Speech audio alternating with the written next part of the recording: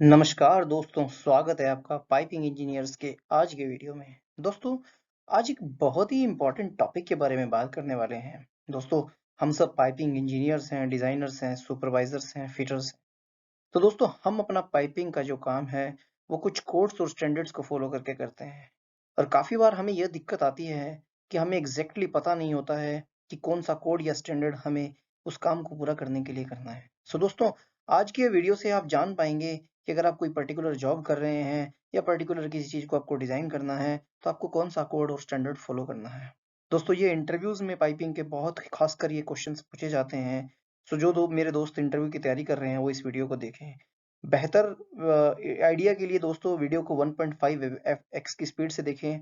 और दोस्तों, आगे की वीडियोस के लिए हमारे चैनल से जुड़े रहें और हमें लाइक करें, फॉलो करें और दोस्तों सब्सक्राइब करें और अपने लर्निंग जर्नी को हमारे साथ आगे बढ़ाएं। सो दोस्तों, बढ़ते हैं आज की वीडियो की तरफ और जानते हैं पाइपिंग कोड्स और स्टैंडर्ड्स के बारे में।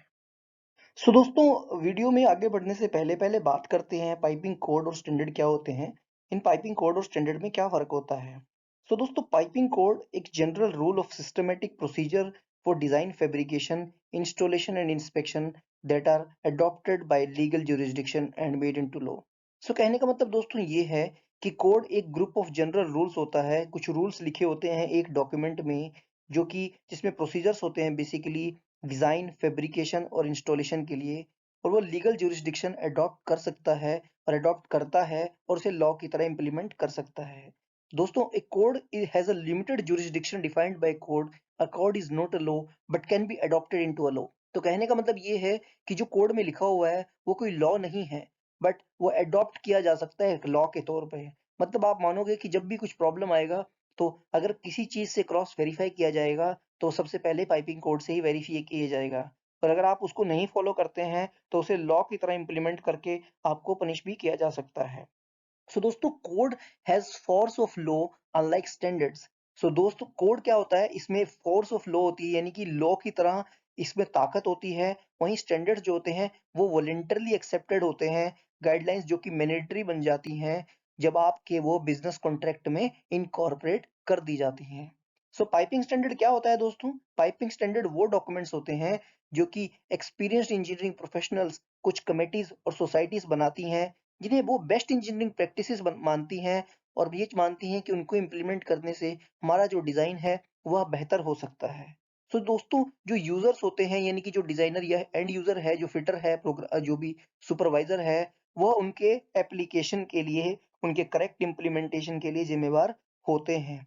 सो दोस्तों, compliance with standard does not itself confer immunity from legal obligations। तो ऐसा नहीं है कि अगर आपने पाइपिंग स्टैंडर्ड से कोई चीज डिजाइन करी है तो आपको लीगल इम्यूनिटी मिल जाएगी, यानी कि अगर कुछ प्रॉब्लम होती है तो आपको लीगली पेनलाइज नहीं किया जाएगा। ऐसा नहीं होता है दोस्तों। Standard has a limited scope defined by standard. तो जो स्टैंडर्ड है उसका जो स्कोप होता है वो बहुत ही लिमिटेड होता है, सिर्फ जितना उतना होता है जितना स्टैंडर्ड में मेंशन किया होता है। वहीं पाइपिंग कोड जो होते हैं वो ज्यादा पावरफुल होते हैं as compare to your standard. So दोस्तों, ये है पाइपिंग कोड और स्टैंडर्ड्स के बीच का फर्क। सो बढ़ते हैं अगली स्लाइड की तरफ और जानते हैं अगली स्लाइड में क्या लिखा हुआ है। दोस्तों, ये कुछ एब्रीविएशंस हैं, ये इंटरव्यू में पूछी जा सकती हैं। अगर आप कोई रिटन एग्जाम भी देने जा रहे हैं तो ये बहुत ही जरूरी है आपके लिए। और यही एब्रीविएशंस अलग अलग कंट्रीज में अलग अलग स्टैंडर्ड्स और कोड्स की कमेटीज हैं जिनको हम फॉलो करते हैं। तो एनसी आप लोगों ने सुना होगा, एनसी एएनएसआई, इसका फुल फॉर्म होता है अमेरिकन नेशनल स्टैंडर्ड इंस्टीट्यूट। ये यूनाइटेड स्टेट्स का है दोस्तों।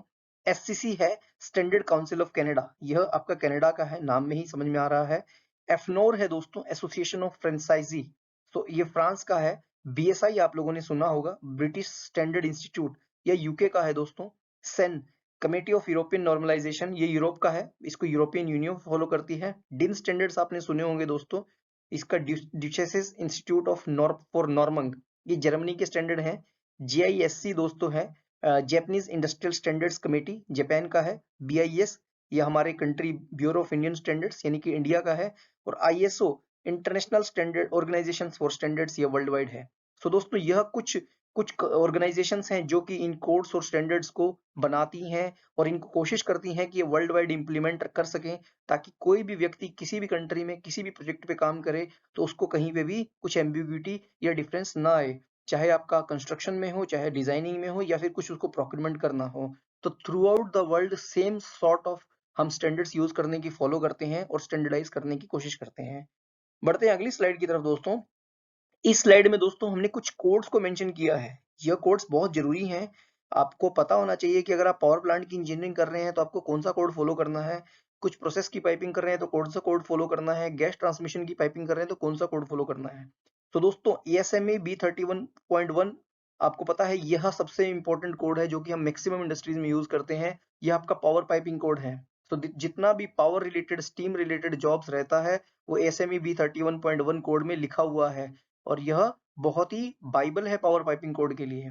अगला है दोस्तों SMB 31.3, यह है प्रोसेस पाइपिंग कोड। तो प्रोसेस पाइपिंग के रिलेटेड जितनी भी गाइडलाइंस हैं वो SMB 31.3 में लिखी हुई हैं। यानी कि हम जो भी डिजाइन करेंगे, इरेक्ट करने की कोशिश करेंगे, वो सब SMB 31.3 से करेंगे। तो दोनों SMB 31.1 और 31.3 आप बोल सकते हैं यह पाइपिंग डिजाइन और कोड्स की फाउंडेशन है। यह दोनों बेस है दोस्तों। नेक्स्ट है आपका SMB 31.4। आप ये है pipeline transportation system for liquids and slurries. अगर आपको लिक्विड और स्लरीज को ट्रांसपोर्ट करना है बेसिकली कंट्री साइड पाइपलाइंस को, तो हम इस कोड की मदद से डिजाइन करते हैं। SMB 31.8 दोस्तों होता है gas transmission and distribution piping system.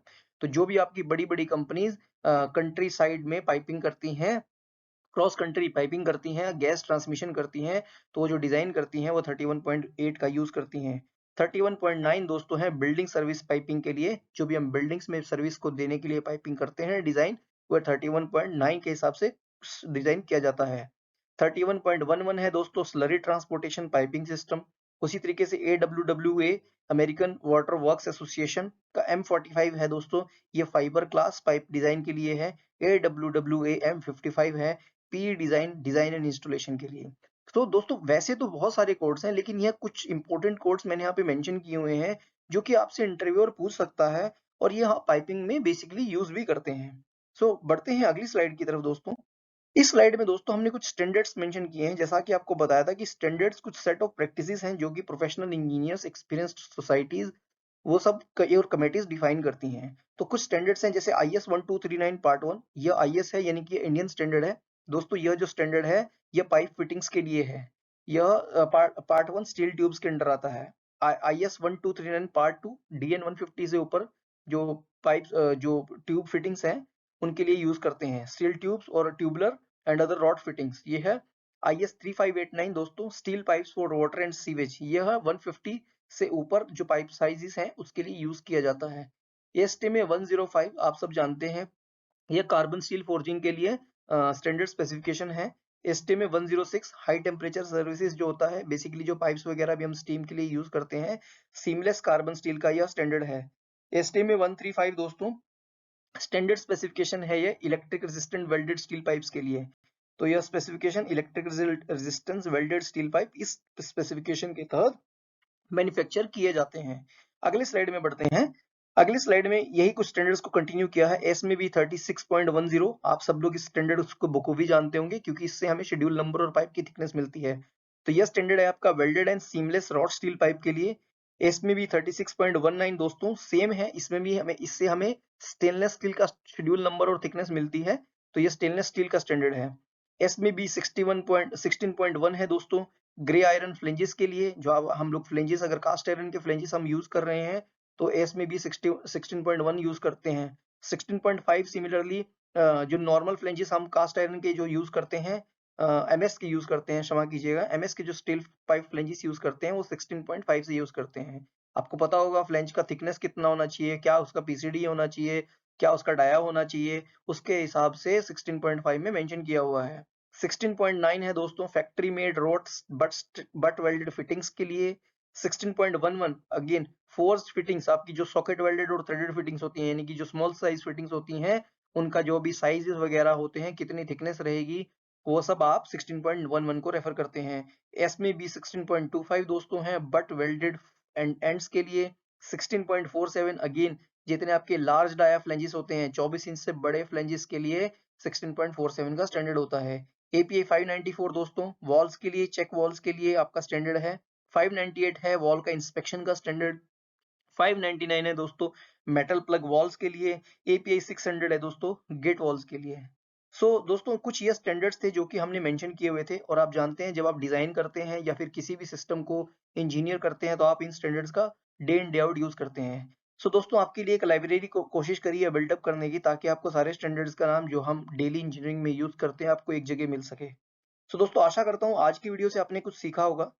आगे की वीडियोस के लिए प्लीज हमारे चैनल को लाइक करें, फॉलो करें और सब्सक्राइब करें। धन्यवाद दोस्तों।